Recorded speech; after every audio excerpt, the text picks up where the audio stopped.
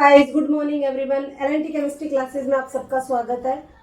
आज हम शुरू करेंगे यहाँ पर रासायनिक रस समीकरण नीति के बारे में पढ़ेंगे, क्योंकि पिछले वीडियो में हमने क्या पढ़ा था, मोल संकल्पना, और दूसरा पढ़ा था हमने प्रतिशत संघटन। क्योंकि हम 11th केमिस्ट्री का फर्स्ट चैप्टर स्टार्ट कर रखा है हमने, उसके 2 वीडियो हमने अपलोड कर दिए। एक तो रासायनिक संयोजन के नियम और दूसरा हमने मोल संकल्पना और प्रतिशत संगठन के बारे में पढ़ा था। उसके अंदर आज हम जो है तो तीसरा वीडियो आपका 11th क्लास का ले जो वो है रासायनिक रस समीकरण नीति।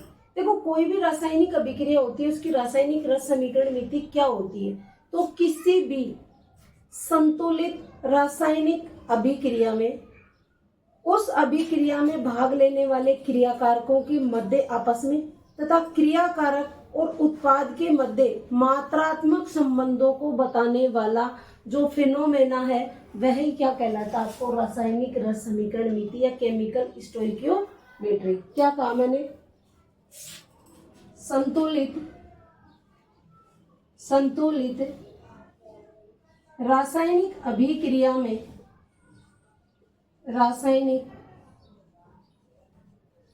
अभिक्रिया में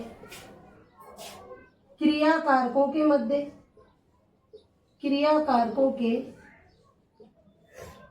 मध्य तथा क्रियाकारक व क्रियाफलों के मध्य मात्रात्मक संबंध।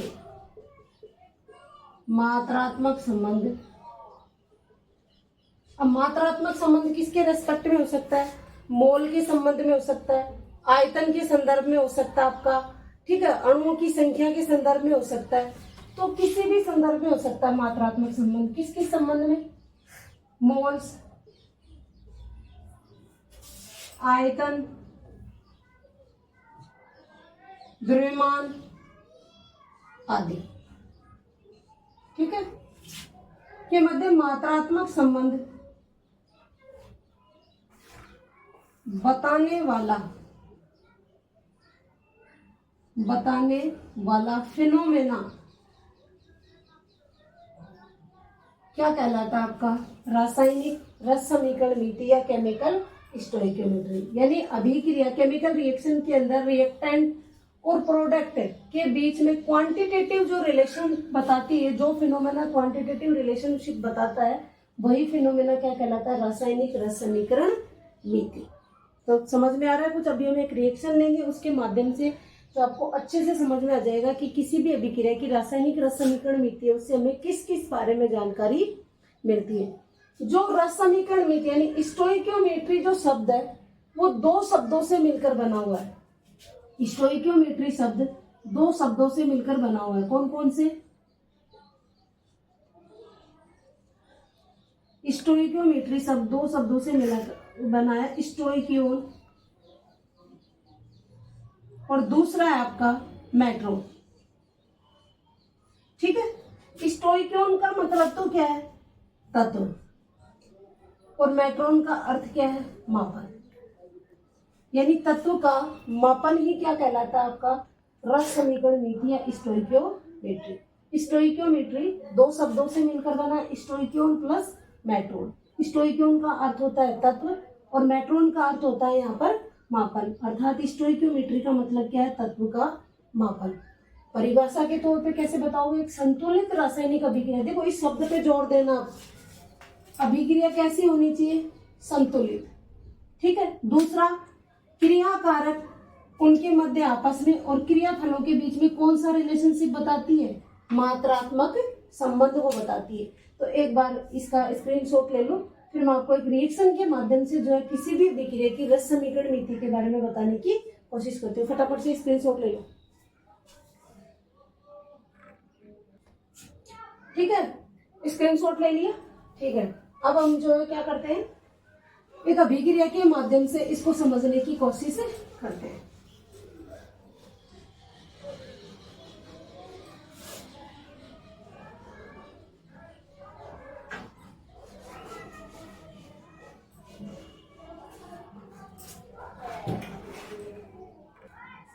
ठीक है, तो देखो देखो अब अपन ने स्टोइकियोमेट्री क्या होती है, किसी रासायनिक अभिक्रिया की उसको परिभाषा देके अब एक रिएक्शन के माध्यम से उस परिभाषा को समझने की कोशिश करते हैं। मान लीजिए आपके पास मेथेन का दहन अभिक्रिया है, यानी मेथेन की दहन रिएक्शन है, combustion of methane, CH4 plus O2 से क्या मिला आपको, CO2 प्लस H2।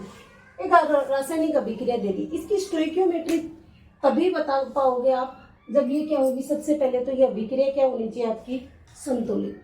कैसी होनी चाहिए, बैलेंस होनी चाहिए। बैलेंस करके देखो, यहाँ पर कार्बन कितने, एक, इधर भी कार्बन कितना, एक। ऑक्सीजन चेक करो, इधर कितने, दो, इधर कितने, तीन। तो ऐसा क्या करें हम कि ऑक्सीजन बराबर हो जाए, तो या तो इधर से क्या करें हम, 3 से गुणा कर दें, और इधर वाले ऑक्सीजन को हम किससे गुणा करें, 2 से गुणा। भाई 6 इधर हो जाए, 6 इधर हो जाए, कैसे भी करके बैलेंस करो। अगर मैं ऐसे कर दूं इसको 2H2, तो हाइड्रोजन कितने हो गए, 4, इधर भी कितने, 4। अब देखो ऑक्सीजन बैलेंस है क्या आपका, इधर ऑक्सीजन कितने हैं, 2, और 2 ये 4, इधर कितने, केवल 2, तो यहाँ पर भी क्या लगा दो, 2। अब क्या दिख रहा है बैलेंस आपकी, देख लो, कार्बन भी बराबर है, हाइड्रोजन भी बराबर है, और ऑक्सीजन भी बराबर है। मेथेन क्या होती है, गैस, ऑक्सीजन भी क्या है, गैस, CO2 भी क्या है, गैस, और H2 क्या होता है, द्रव अर्थात लिक्विड अवस्था। अब ये आपकी संतुलित रासायनिक अभिक्रिया हो गई है, ठीक है।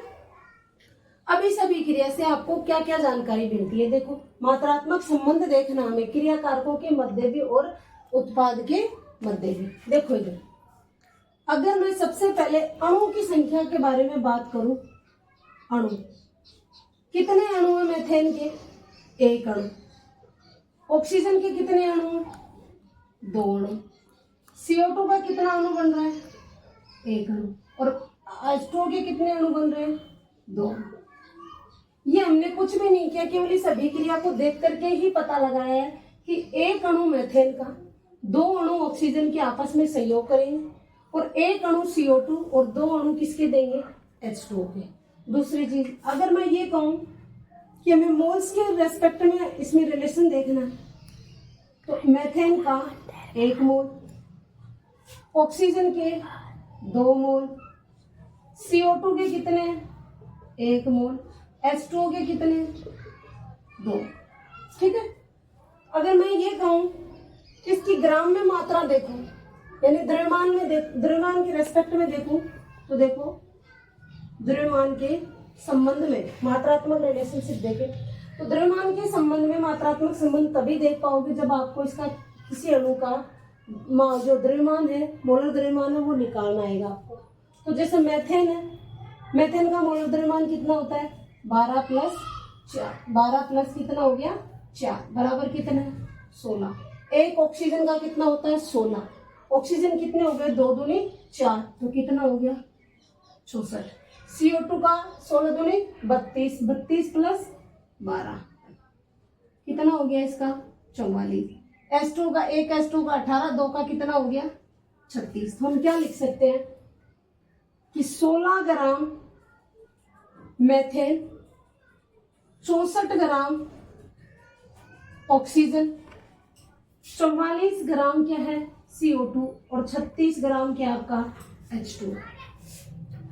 दूसरा, अगर मैं इसमें मोल्स का देख लिया हमने, द्रव्यमान के रेस्पेक्ट में देख लिया और अणु के संबंध में भी देख लिया, और भी अगर हम इनकी संख्या के आधार पर देखें, कैसे भी फिलहाल के लिए 3 ही टॉपिक ले लो, तो इस अभिक्रिया से अभिक्रिया में दी और उस अभिक्रिया को हमने क्या किया संतुलित किया। उस संतुलित अभिक्रिया के आधार पर हमने क्या क्या पता लगाया इस अभिक्रिया के द्वारा कि 1 अणु मेथेन 2 अणु ऑक्सीजन के साथ क्रिया करके 1 अणु CO2 और 2 अणु क्या देता है जल के। पता लग रहा है इससे, ठीक है। दूसरा, मेथेन का 1 मोल ऑक्सीजन के 2 मोल से क्रिया करके CO2 के कितने मोल दे रहा है 1 मोल, और H2 की कितने मोल देगा 2 मोल। ये भी हमें इसी अभिक्रिया से पता लग रहा है। फिर देखो 16 ग्राम मेथेन 64 ग्राम ऑक्सीजन से क्रिया करके 44 ग्राम CO2 और 36 ग्राम क्या दे रही है जल। बात कुछ समझ में आ रही है? हमें क्या देखना है?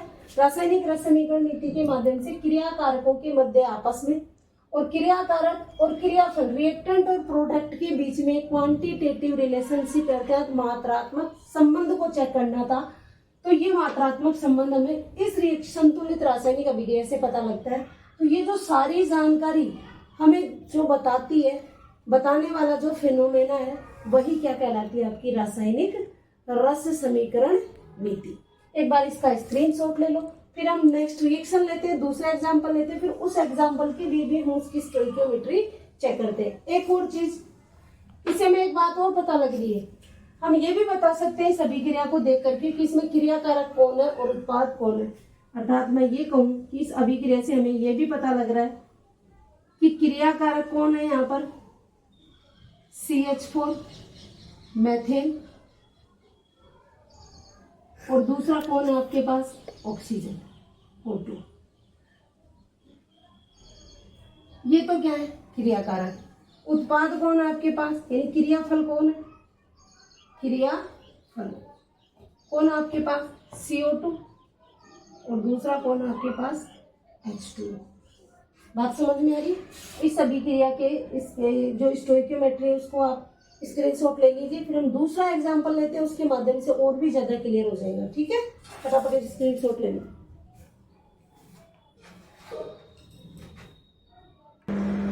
हाँ, तो आपने स्क्रीनशॉट ले लिया, ठीक है। अब अपन दूसरा एग्जांपल लेते हैं, उसी के लिए अपन अणु, मोल्स और द्रव्यमान के रेस्पेक्ट में क्रिया कारक क्या, उसमें क्रियाफल क्या है, इसके बारे में पता लगाने की कोशिश करते हैं। तो देखो, ठीक है, ठीक है। अब देखो दूसरी रिएक्शन है आपके पास में,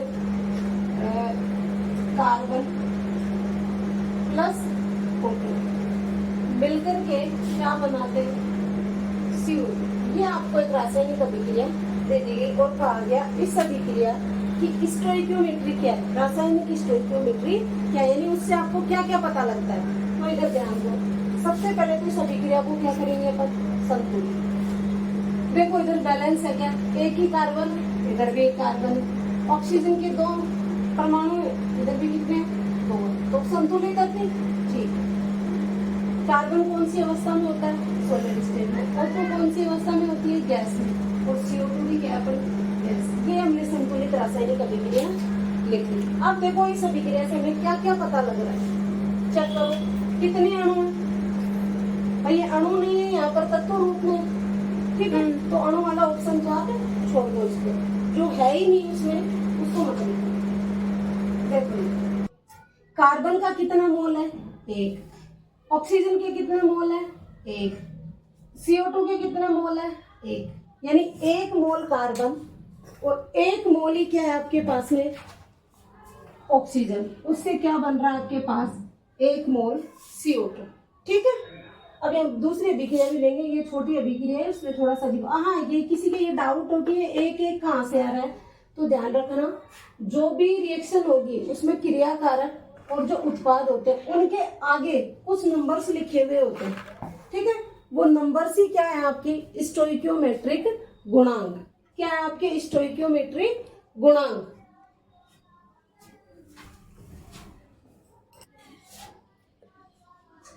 ठीक है, अब देखो इसके अंदर जो स्टोइकियोमेट्रिक गुणांक यहाँ पे नंबर्स लिखे जाते हैं ना, वो होते हैं इनके रस समीकरण मीति गुणांक, उसके आधार पे लिखी जाती है ये संख्या।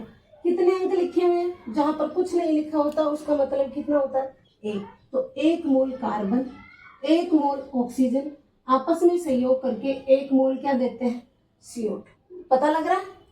द्रव्यमान देखो, कार्बन का कितना द्रव्यमान हुआ, 12 ग्राम, ऑक्सीजन का 32 ग्राम, CO2 कितनी है आपके पास, 44 ग्राम, यानी 12 ग्राम कार्बन 32 ग्राम ऑक्सीजन के साथ संयोग करके क्या देता है आपको, 44 ग्राम CO2 के देता है। अब इस अभिक्रिया से आपको क्रिया कारक के बारे में जानकारी मिल रही है। देखो इधर क्रिया कारक कौन कौन है आपके पास यहाँ पर, तो देखो क्रिया कारक है आपके पास में कार्बन और दूसरा कौन है, ऑक्सीजन। क्रियाफल के आपके पास एक ही है और वो भी कौन सा है, CO2। स्टोइकियोमेट्री के बारे में पता लग रहा है। तो मैंने 2 एग्जाम्पल बता दिए आपको स्टोइकियोमेट्री चेक करने के लिए। अब हम कुछ क्वेश्चन लेंगे इस स्टोइकियोमेट्री से रिलेटेड, ठीक है। तो उन क्वेश्चन के माध्यम से ये कॉन्सेप्ट और भी ज्यादा क्लियर हो जाएगा। तो इसका भी स्क्रीनशॉट ले लो फटाफट। और 2 एग्जाम्पल मैंने बता दिया, आप और अपने मन से और रिएक्शन लिखना, और उन रिएक्शंस के लिए क्या लिखना, उनकी स्टोइकियोमेट्री अपने मन से पता लगाना कि आपको क्या क्या पता लगता है इससे। अगर आपको जैसे मैंने बताया उस तरीके से पता लग रहा है, इसका मतलब आपके कॉन्सेप्ट क्या हो गया, क्लियर। और फिर भी अगर आपसे नहीं हो पा रहा तो आप कमेंट बॉक्स में वो रिएक्शन लिख करके भेजना, उसका सॉल्यूशन जो मैं उस रिएक्शन के साथ ही लिख करके आपको कमेंट में जरूर रिप्लाई कर दूंगी, ठीक है। तो ये काम आपको करना पड़ेगा भाई आपके समझ में आ रहा है या नहीं आ रहा है ये तो आप भी बता सकते हो।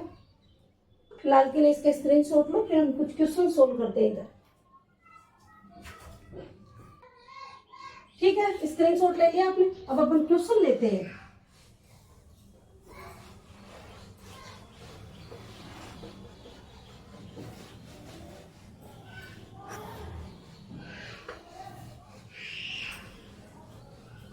तो देखो आपके पास एक क्वेश्चन है कि हाइड्रोजन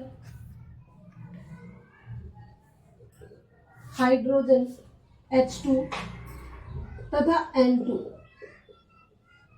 क्रिया करके अमोनिया बनाती है, NH3 बनाती है, ठीक है। आपको क्वेश्चन दिया गया है कि हाइड्रोजन तथा नाइट्रोजन क्रिया द्वारा अमोनिया बनाती है, और अमोनिया कितनी बनाती है, अमोनिया बनाती है यहां पर अमोनिया के 8.2 मोल प्राप्त होते हैं, 8.2 मोल प्राप्त होते हैं। तो अभिक्रिया में जो है नाइट्रोजन के N2 के कितने मोल आवश्यक होंगे।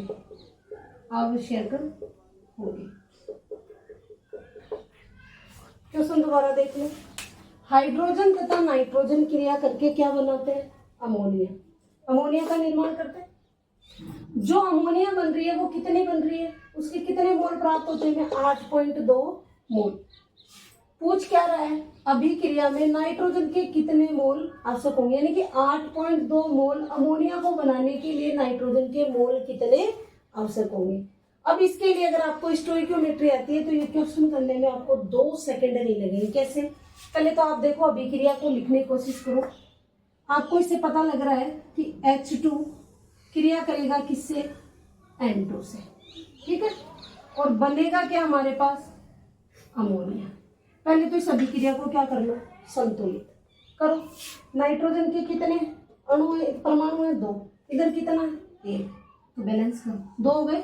हाइड्रोजन कितना है, 6, इधर कितने हैं, 2, इधर क्या लगा दो, 3। अब अभिक्रिया आपकी बैलेंस है, ये भी गैस और ये भी क्या आपकी गैस। ये हमने इस अभिक्रिया को क्या कर लिया, संतुलित। अब ये मोल ही पूछ रहा है आपसे, तो आप जो स्टोइकियोमेट्री जो लिख रहे थे अभी अपन अभिक्रिया की, वो हमें द्रव्यमान या उसके अणुओं की संख्या के संदर्भ में नहीं लिखनी। किसके संदर्भ में लिखनी है, केवल मोल्स। क्योंकि क्वेश्चन हमें से पूछा है, क्योंकि हमारा मकसद क्या होना चाहिए, क्वेश्चन को सोल्व करना चाहिए, उसका सॉल्यूशन आना चाहिए हमारे पास। क्वेश्चन का वो कब आएगा, अगर आप लेंथी करते जाओगे इसको तो किया हुआ तो ठीक है आपका, लेकिन उसमें टाइम क्या लग जाएगा आपका ज्यादा। तो सेकंडों में सॉल्व कैसे करोगे, सबसे पहले मोल के संदर्भ में इसकी स्टोइकियोमेट्री लिखो। इसके कितने मोल हैं, 3 मोल। इसके कितने मोल हैं, 1 मोल। इसके कितने मोल हैं, 2 मोल। ये हमने इसको देख करके लिख लिया। अब देखो, अगर 1 मोल नाइट्रोजन 3 मोल हाइड्रोजन से क्रिया करती है, तब हमें अमोनिया के कितने मोल प्राप्त होते हैं, 2 मोल। तो हम ये नहीं कह सकते क्या कि 1 मोल N2 कितने मोल अमोनिया के देती है, 2 मोल अमोनिया के देती है। बात समझ में आ रही है। यानी 1 मोल N2 जो है 2 मोल किसके देगी, अमोनिया। क्वेश्चन में देखो क्या दिया गया, अमोनिया के मोल कितने प्राप्त होते हैं अपने को, 8.2 मोल। तो आपने अगर 10वीं क्लास के अंदर अनुपात समानुपात रेशियो के क्वेश्चन अगर पढ़ रखे हैं तो ये इजी है। कैसे, देखो इधर देखो, इसको इस तरीके से लिख सकते हो आप, कैसे कि 2 मोल अमोनिया प्राप्त होने में आवश्यक N2 बराबर कितनी है, 1 मोल। यानी अमोनिया के 2 मोल प्राप्त करोगे तो N2 के कितने मोल चाहिए, 1। अगर आप 1 मोल अमोनिया का लेते हो, 1 मोल अमोनिया को प्राप्त करने में N2 के कितने मोल चाहिए हमें, 1/2 मोल। कितने मोल प्राप्त हो रहे हैं विक्रिया में, 8.2। 8.2 मोल अमोनिया प्राप्त करने में आवश्यक N2 के मोल कितने हो जाएंगे, 1/2 गुणा 8.2। काट दो इसको, कितना आएगा, 4.1। दोबारा देख लो, सबसे पहले मैंने क्वेश्चन के आधार पे क्या लिखी, रासायनिक अभिक्रिया। उस अभिक्रिया को हमने क्या कर लिया, संतुलित। संतुलित करने के बाद हमने उसकी स्टोइकियोमेट्री लिखी, किसके संदर्भ में, क्वेश्चन में हमें मोल दे रखा है तो किसके रेस्पेक्ट में लिखेंगे, केवल मोल के संदर्भ में। तो 1 मोल नाइट्रोजन से हमें अमोनिया के कितने मोल प्राप्त होते हैं, 2। और अमोनिया के मोल कितने प्राप्त हो रहे हैं क्वेश्चन में, 8.2 मोल। तो अनुपात वाले क्वेश्चन से हमने इसको सोल्व किया कि 2 मोल अमोनिया अगर हमें प्राप्त करनी है तो कितने नाइट्रोजन चाहिए, 1 मोल। अगर अमोनिया का 1 मोल लोगे तो नाइट्रोजन का कितना चाहिए, आधा मोल। और 8.2 मोल अगर अमोनिया प्राप्त करनी है तो उस आधे मोल को किससे गुणा कर दो, 8.2 से गुणा कर दोगे तो कितना आएगा आपके पास, 4.1 मोल। बात समझ में आ रही है। एक बार इस क्वेश्चन का जो आंसर लिखा आपने उसको समझने की कोशिश कीजिए और फिर देखो तुरंत ही समझ में आ जाएगा। बार बार एक से ज्यादा क्वेश्चन आप अगर सोल्व करते हो तो इस क्वेश्चन को करने में आपको सेकंड भी नहीं लगेंगे, ठीक है ना।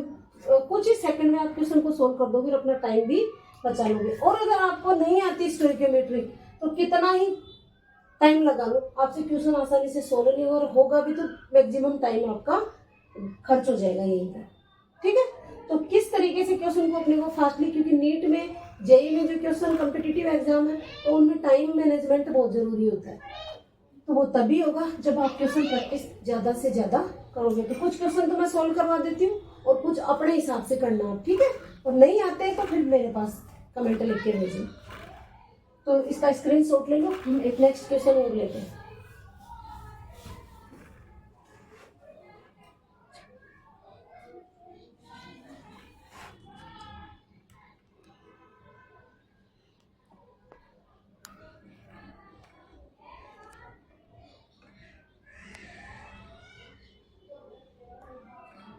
स्क्रीनशॉट ले लिया, ठीक है। अब देखो अपन दूसरा क्वेश्चन लेते हैं।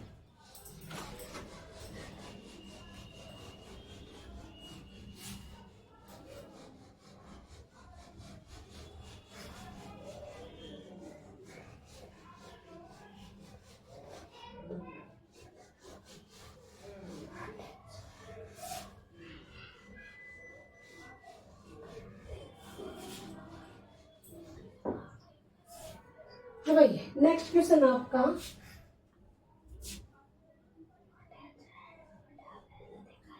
ठीक है। देखो क्या कह रहा है ये कि KClO3 पोटेशियम क्लोराइड, KClO3 का अपघटन करने पर, KClO3 का अपघटन करने पर हमें क्या क्या प्राप्त होता है, पोटेशियम क्लोराइड KCl और साथ में हमें क्या मिलती है, O2। KCl तथा O2 प्राप्त होती है। ये हमें अभिक्रिया दे दी गई कि पोटेशियम क्लोराइड का अपघटन करोगे तो हमें क्या मिलेगा, पोटेशियम का क्लोराइड और साथ में क्या मिलेगी, ऑक्सीजन। अब हमारा क्वेश्चन क्या पूछना चाहता है ये कि हमने एक प्रयोग किया एक प्रयोग के दौरान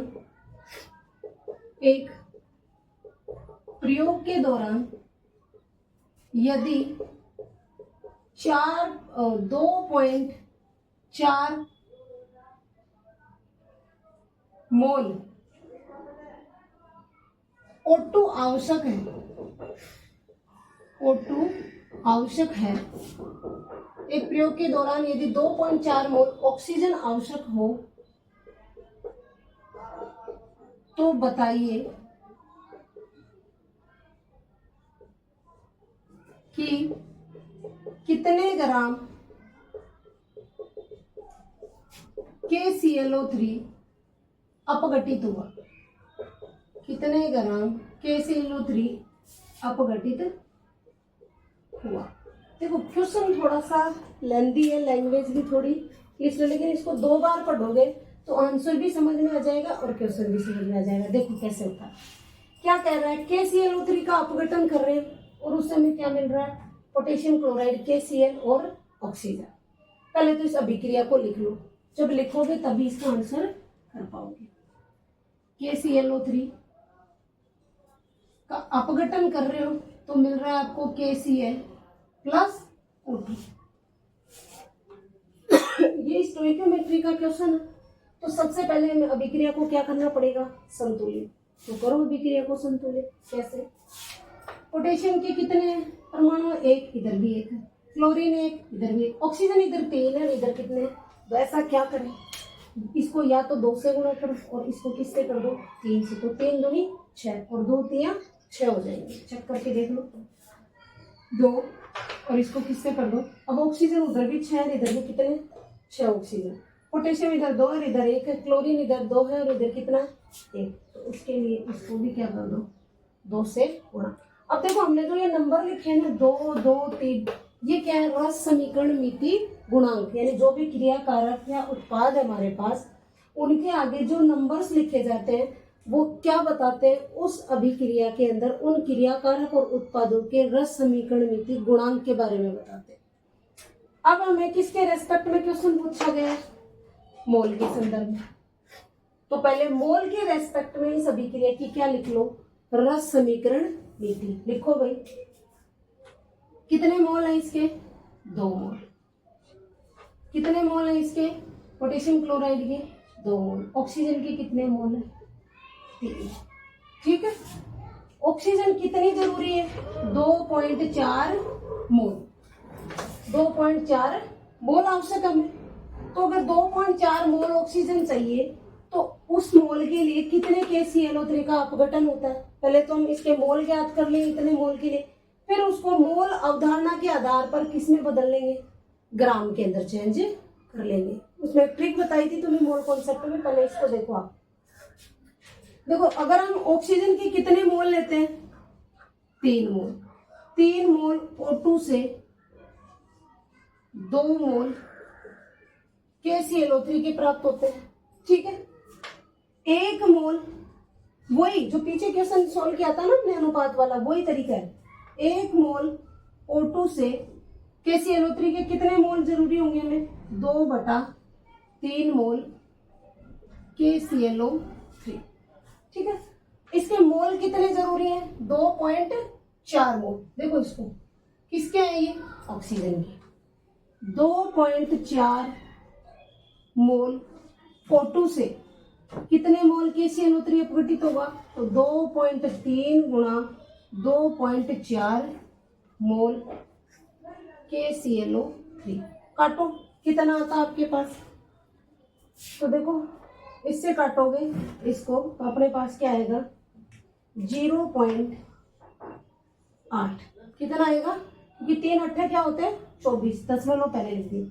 और इसको जब गुणा करोगे तो हमारे पास आएगा 1.6 मोल KClO3।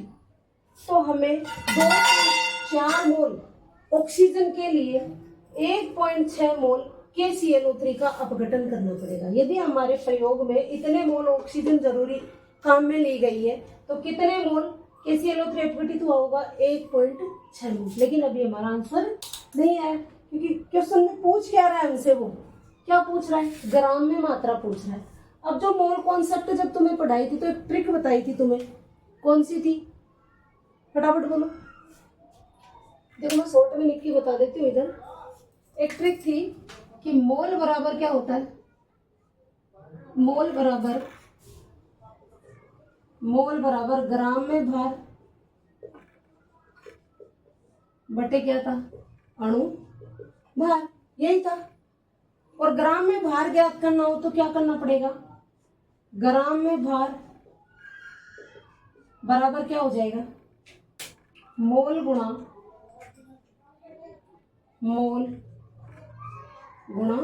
अणु भार।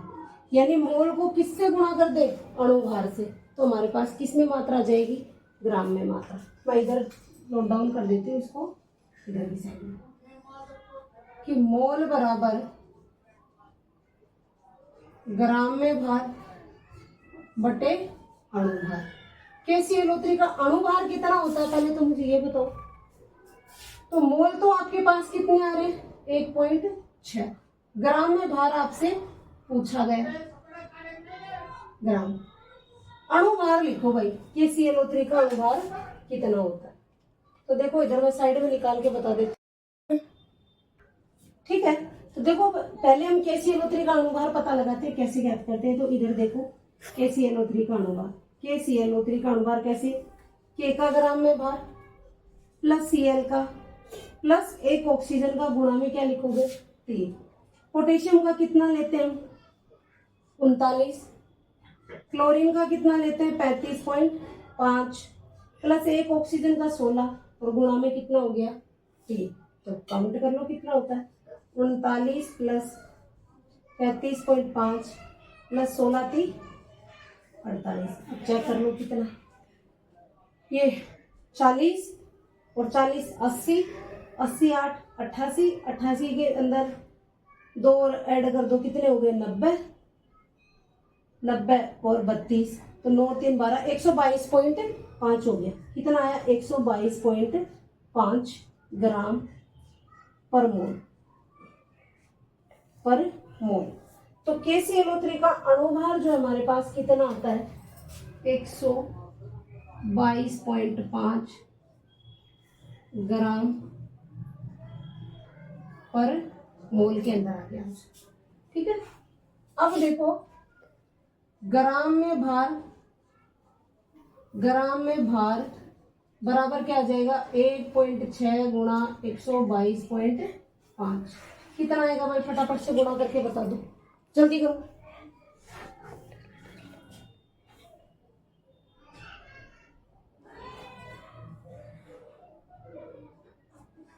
कितना आएगा, गुणा करोगे तो ये आएगा लगभग 196 ग्राम के आसपास, ठीक है। दोबारा चेक कर लो, हमने क्वेश्चन के हिसाब से हमने क्या लिखी, रासायनिक अभिक्रिया, फिर उसको हमने क्या किया, संतुलित, और संतुलित करने के बाद हमने क्या चेक किया, उसकी स्टोइकियोमेट्री लिखी अपने हिसाब से। क्वेश्चन में मोल दे रखा है तो मोल के रेस्पेक्ट में लिखी, फिर हमने मोल के रेस्पेक्ट में स्टोइकियोमेट्री लिख करके फिर देखा किसके मोल दे रखा है और किसके पूछ रहा है। तो दे किसका रखा है, ऑक्सीजन का, पूछ किसका रहा है, KClO3। तो उसी के आधार पे हमने समान अनुपात वाले क्वेश्चनों के जैसे उसके मोल ज्ञात किए। तो मोल कितने आते हैं हमारे पास, KClO3 के पोटेशियम क्लोराइड के 1.6 मोल।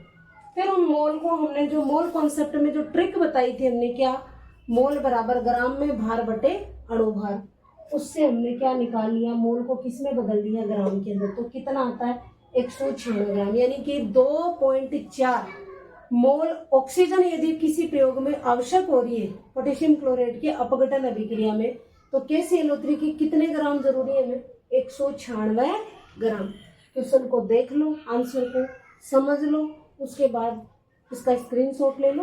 हम फिर नेक्स्ट टॉपिक लेते हैं।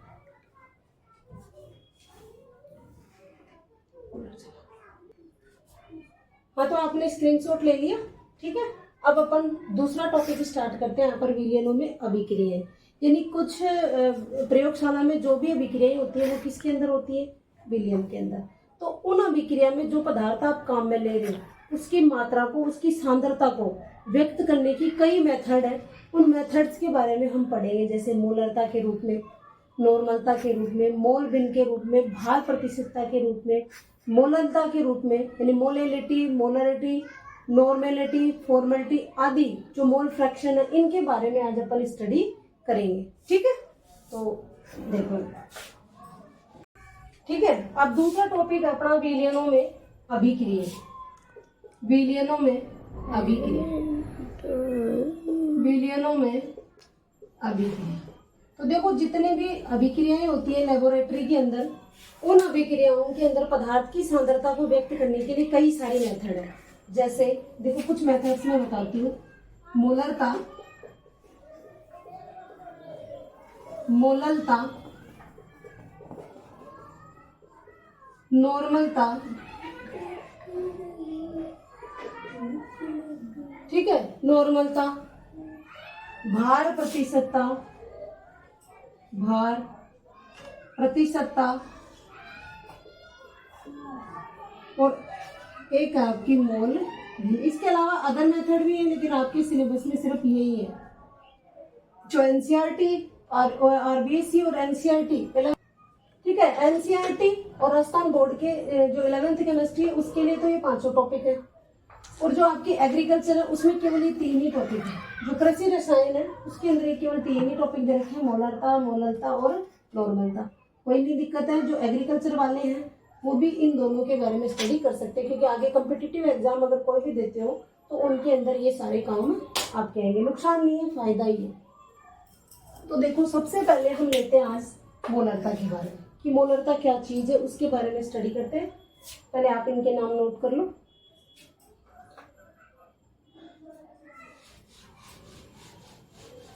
तो अब सबसे पहले हम लेते हैं मोलरता। मोलरता, मोलेरिटी, मोलेरिटी। देखो मोलरता क्या चीज है। 1 लीटर विलयन में घुले हुए विलय के मोलों की संख्या उस विलयन की क्या कहलाती है, मोलरता। क्या कहा मैंने, 1 लीटर विलयन का आयतन कितना लेना है, 1 लीटर विलयन में घुले हुए विलय के मोलों की संख्या, मोलों की संख्या क्या कहलाती है, मोलरता। यानी 1 लीटर विलयन ले लो और उसमें विलय कि कितने मोल घुले हुए हैं वही क्या कहलाती है, उसकी मोलरता। देखो किसी के डाउट होगा विलयन क्या है, विलय क्या है, तो थोड़ा सा बता दूं कि कोई भी विलयन होता है उसमें 2 पदार्थ होते हैं, एक होता है विलय और एक होता है विलायक। यानी जो कम मात्रा में होता है ना वो तो होता है विलय, और जो ज्यादा मात्रा में होता है वो विलायक। जैसे आपने मान लीजिए पानी के अंदर क्या डाल दी, चीनी। चीनी जैसे 1 लीटर पानी में आपने 100 ग्राम चीनी डाल दी, तो कम मात्रा किसकी है, चीनी की, ज्यादा मात्रा किसकी है, पानी की। तो पानी तो क्या हो गया वहां पर विलायक, और चीनी क्या हो गई वहां पर विलय। इन दोनों के मिलने से क्या बनेगा, विलय। इन दोनों के मिलने से क्या बनता है, विलय। तो 1 लीटर विलयन में उस विलय के यानी कि जो चीनी का घोल हमने बनाया, उस घोल में चीनी के कितने मोल थे वही क्या कहलाती है, उस चीनी के घोल की मोलरता। मोलरता को किससे डिनोट करते हैं, कैपिटल एम से। यानी मोलरता एम क्या है, यहाँ पर मोलरता को रिप्रेजेंट कर रही है, मोलरता।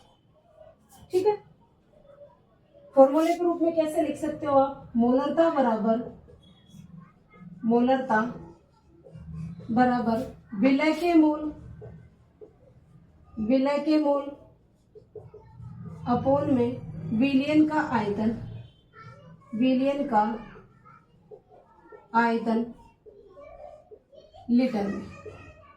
ठीक है, अगर आप विलयन का आयतन ml में लो तो तब देखो, अब m लिख दो सीधा। ठीक है, विलय के मोल, विलय के मोल बटे विलयन का आयतन ml में, ml में। जब आप ml में लेते हो तो ऊपर जो है गुणा में कितना लिखना पड़ेगा, 1000। जब लीटर में लिखते हो तब ऊपर 1000 गुणा में नहीं लिखना, और जब ml में आयतन दिया हुआ है तब हम ऊपर क्या लिखेंगे, गुणा में 1000। अभी हम क्वेश्चन सोल्व करेंगे इसी फॉर्मूले पे बेस, तब ये अच्छे से समझ में आ जाएगा हमने ऐसे कैसे लिखा। अब देखो इसमें क्या लिख रखा है, विलय के मोल, उसको भी खोल के लिख दो। हो सकता है किसी विक्रिया के अंदर विलय की ग्राम में मात्रा दी जाए, मोल दिए ही नहीं जाए, तो हम उसको कैसे सोल्व करेंगे। तो देखो मोलरता बराबर, मोल किसके बराबर होता है, अभी थोड़ी देर पहले मोल कॉन्सेप्ट के अगर जो ट्रिक थी उसके आधार पे बताया था कि मोल बराबर ग्राम में भार बटे क्या होता है, अणु भार।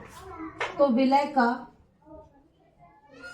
की ग्राम में मात्रा बटे विलय का अणुभार, विलय का अणुभार, ठीक है। गुणा में क्या आ रहा है आपका, विलयन का आयतन, विलयन का आयतन ml में। यहां तक आप नोट डाउन करो, स्क्रीनशॉट ले लो, फिर उसके आगे और बताते हैं उसको, ठीक है। ले लिया स्क्रीनशॉट, देखो इसी को कंटिन्यू करते हुए लिखते हो, केवल डेफिनेशन हटा रही ऊपर वाली।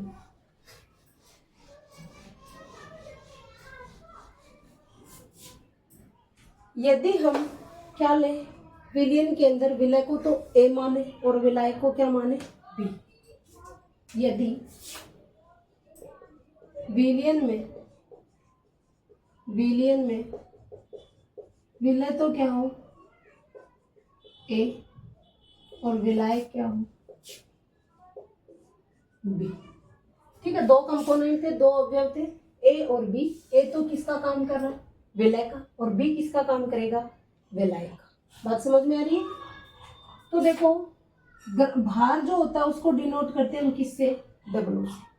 ए का भार है वो डब्ल्यू ए, इसका जो अणु भार होगा वो किससे डिनोट करोगे, एम ए से। तो एम ए तो क्या है, विलय का अणु भार, विलय का अणु भार, और डब्ल्यू ए क्या है, विलय की ग्राम में मात्रा, विलय की ग्राम में मात्रा। बात समझ में आ रही है। अब इसको इस फॉर्मूले के अंदर पुटअप करते हैं, इस वैल्यू को। तो देखो कैपिटल एम बराबर क्या हो जाएगा, विलय की ग्राम में मात्रा क्या है, डब्ल्यू ए। अणुभार कितना है विलय का, एम ए, गुणा में कितना है 100, और नीचे क्या है, वी किसका, सॉल्यूशन का, विलयन का, इसमें एमएल में। बात समझ में आ रही है। एमएल के अंदर विलयन का हमने क्या लिख दिया, आयतन। अब देखो इधर, अब हम एक क्वेश्चन लेते हैं और उस क्वेश्चन के आधार पर जो इस फॉर्मूले को क्लियर करने की कोशिश करते हैं। तो देखो इधर, पहले आप इसका भी स्क्रीनशॉट ले लो, यानी इसको उतार लो फटाफट से, फिर मैं क्वेश्चन सोल्व करवा देती हूँ। उसके बाद फिर नेक्स्ट टॉपिक अपन बाद में लेंगे।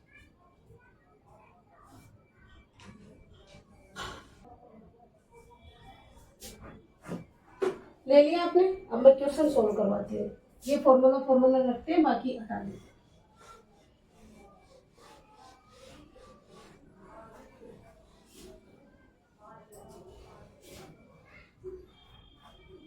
चलो इसको मैं दोबारा से, क्वेश्चन है आपका 1.4 ग्राम। क्वेश्चन क्या है, 1.4 ग्राम KOH 100 ml विलयन में उपस्थित है, विलयन में उपस्थित है, तो विलयन की मोलरता ज्ञात कीजिए, विलयन की मोलरता ज्ञात कीजिए, ठीक है। तो में जो फॉर्मूला था उसको लिखो पहले। तो आप क्या था हमारे पास फॉर्मूला, मोलरता कैपिटल एम बराबर था WA अपॉन MA, गुणा में था 1000, और नीचे क्या था V सॉल्यूशन, किसमें, ML। यही था हमारा फॉर्मूला। वैल्यू पुट कर दो। M हमसे पूछी गई है, हमें नहीं पता कितनी, ज्ञात करनी है। WA विलय की ग्राम में मात्रा, कितना विलय कौन है यहाँ पर, KOH है, और दूसरा विलय अगर कुछ भी नहीं दे रखा विलय के रूप में, तो हमें किसको मानना है, विलय के रूप में पानी को मानना, जल है वहां पर, ठीक है। तो विलय क्या हमारे पास, पोटेशियम हाइड्रोक्साइड। तो वैल्यू ग्राम में मात्रा कितनी है, 1.4 ग्राम।